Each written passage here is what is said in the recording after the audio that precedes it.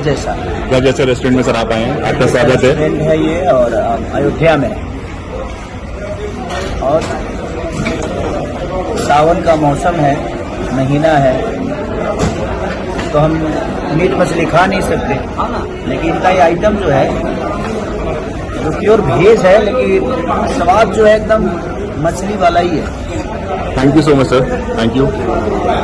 Best of luck. मेरे को घर जैसा रेस्टोरेंट को आप लोग ऐसे ही प्यार और आशीर्वाद देते रहिए, ताकि हर वो भेज खाने वाला आदमी नॉन वेज का भी स्वाद इनको भेज में मिल जाए। Thank you, thank you. ऐसा बहुत कम मिलता है और मुझे लगता नहीं कि हिंदुस्तान में पहला ऐसा रेस्टोरेंट है जो कि इतना प्यारा आपको स्वाद मिल रहा है। तो thank you so much. Thank you sir, आपके आने के लिए सर, थैंक यू। यूपी से, तो थैंक यू। भैया बगल वाले का भी स्वाद लिए थोड़ा सा। ठीक है। खान साहब आप कुछ कहना चाहेंगे?